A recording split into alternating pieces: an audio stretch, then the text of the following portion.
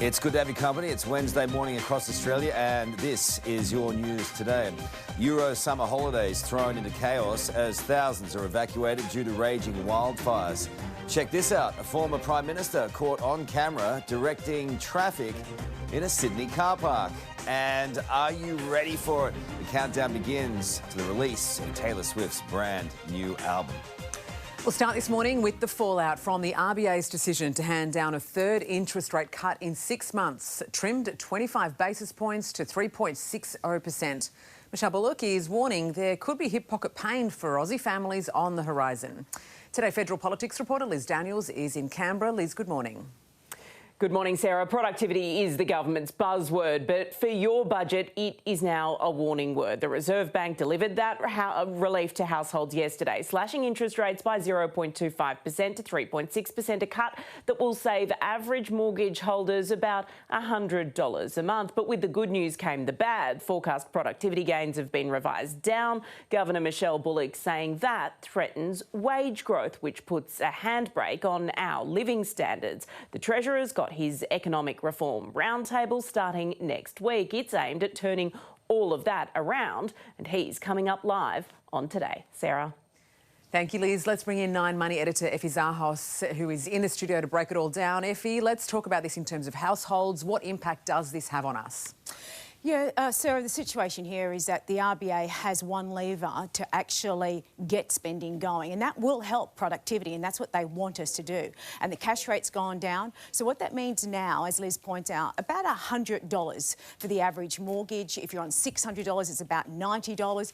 That doesn't sound like much, but 3 rate cuts now means $272. So these savings are snowballing, and it's a situation now that consumers may start feeling a little bit more confident to spend some of that windfall, and that's what the RBA wants. OK, a lot of talk about Cup Day now being a guaranteed cut. Is that a safe bet? Look, the RBA has made it very clear. The governor has said it is a slow process and they're relying on the data. But the interesting thing is, even in their own forecast, their monetary policies, they're saying about 2 to 3 rate cuts. So probably waiting for the next quarterly inflation figures to come out at the end of October. We will possibly see a rate cut maybe then in November. Some economists are predicting as many 3 rate cuts. But this is going to be slower than what we hoped. All right, Effie, thank you. We have new information this morning on that killing in Melbourne's east, with murder charges laid against a homeless man over the deaths of a pregnant woman and her partner in Mount Waverley. He will appear before Melbourne Magistrates Court today. Making international headlines today, the White House press secretary has confirmed it was Russian President Vladimir Putin who requested Friday's meeting with Donald Trump in Alaska, and that is why the Ukrainian president wasn't invited. The US president remains confident the meet and greet will reap some form of success. This is a listening exercise for the president. Look, only one party that's involved in this war is going to be present. More than 60 people are still missing and one person has been confirmed dead a week after flash flooding devastated northern India. This village submerged in a mudslide from heavy downpours. 4 accused burglars who broke into Brad Pitt's home have today been arrested. The suspects allegedly smashing their way into the star's multi-million-dollar LA property in June before ransacking the home. And parts of southern Europe are sweltering beyond 40 degrees as wildfires burn across multiple countries. Let's go live to 9 Europe correspondent Edward Godfrey. Ed, these fires are the worst in decades. They are, Jane. Much of Europe is trapped in what they're calling a heat dome, and Spain is copping the worst of it, with multiple fires breaking out right across the country.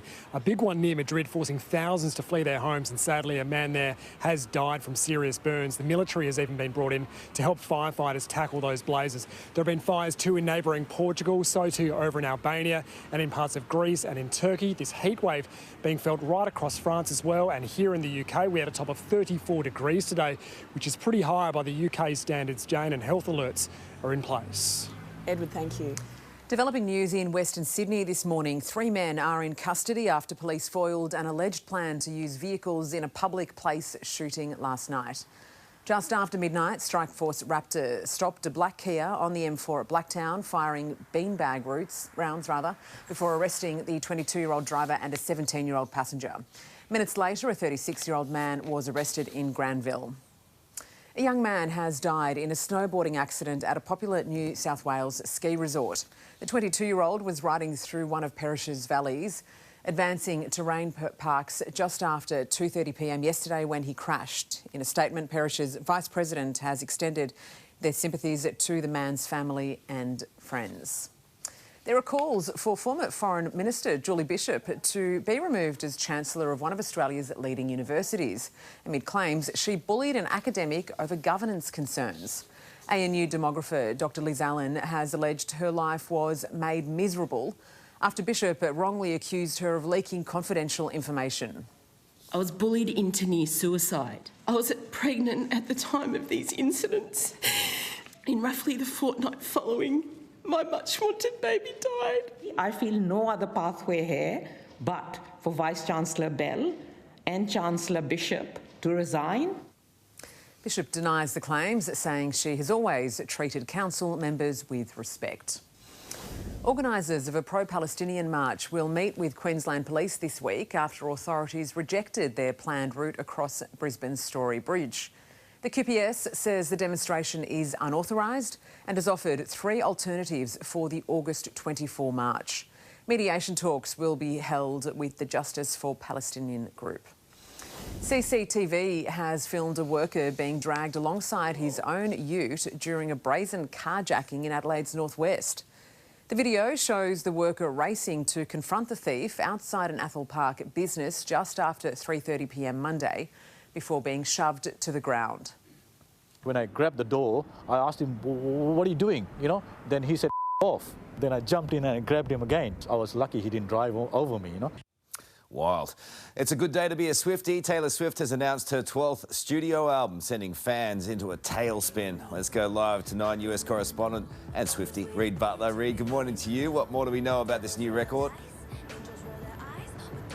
Well, Carl, I've been analysing the clues all night here. What do we know about the life of a showgirl? Well, that's the name of the album we can expect. We also know the colour theme of this era. It is orange, which I got excited for at first because I thought, OMG, does this mean we're getting a Donald Trump-themed album because we know the pair have beef? That is probably not likely. What is likely is the album will probably be quite upbeat and poppy because Swedish hitmakers Max Martin and Shellback, they have been linked to the album in reports. And they've worked with Taylor before on her songs like Bad Blood, Shake It Off, Are You Ready For It?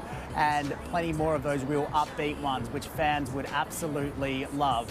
We also know that it will likely be shipped, those who pre-ordered the records, it will likely be shipped before October 13. So Swiftie season, it is well underway, Carl, and I'm very excited for it. The orange theme draped around your beautiful neck, and Tay-Tay's appearance on her boyfriend's podcast also sent a very different message, right?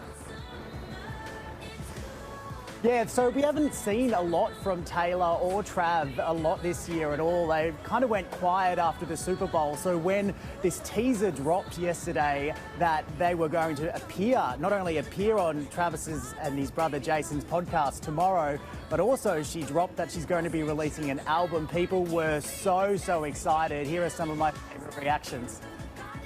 This is my brand new album, The Life of a Showgirl. TS12! Yeah. The Life of a Showgirl? The Life of a... Wait, what's the cover? The Life of a Showgirl? Empire State Building was bathed in orange in Manhattan last night. So, yeah, it's kind of a big deal. It's a beautiful thing. Thank you so much, Reid says. Cannot wait, Carl. Thank you. Well, the AFL has rolled out the red carpet, scoring Snoop Dogg for a grand final gig that is straight out of Hollywood. But not everyone is that keen on Uncle Snoop. Snoop Dogg's lyrics, and we've been going through some of his songs this morning, this is at odds with what the AFL is constantly lecturing us about. Respect towards women. How the AFL thought this was a good idea, I just don't know. Oh, Tom Elliott. Live to Today Queensland reporter Mia Glover, who joins us from the Gold Coast. Mia, come on. I know. Chill, Tommy. It's all good. Snoop Dogg is a legend, and it's a massive coup for the AFL, Sarah. Good morning to you. This was announced and confirmed yesterday by the AFL that Snoop D-O-double-G is coming down under for the AFL Grand Final. So, who is going to do the NRL Grand Final? Well, that is the big question this morning. We do have on good authority, Sarah, that it could be Jimmy Barnes, a national icon. He could be coming out by himself or with his mates from Cold Chisel. So that would be an absolute cracker. Hearing his vocals in the crowd says it'd be awesome, wouldn't it? Oh, sure would be. I cannot wait. Let's make it happen. Tommy Elliott. Thanks, Mia. What's up, bro? Well, a quick look around at the country this morning, and a shower or two is on the way for Brisbane, Sydney and Perth. A partly cloudy day for Melbourne. Morning, Tom. While Adelaide will be sunny with a top temperature of 17 degrees.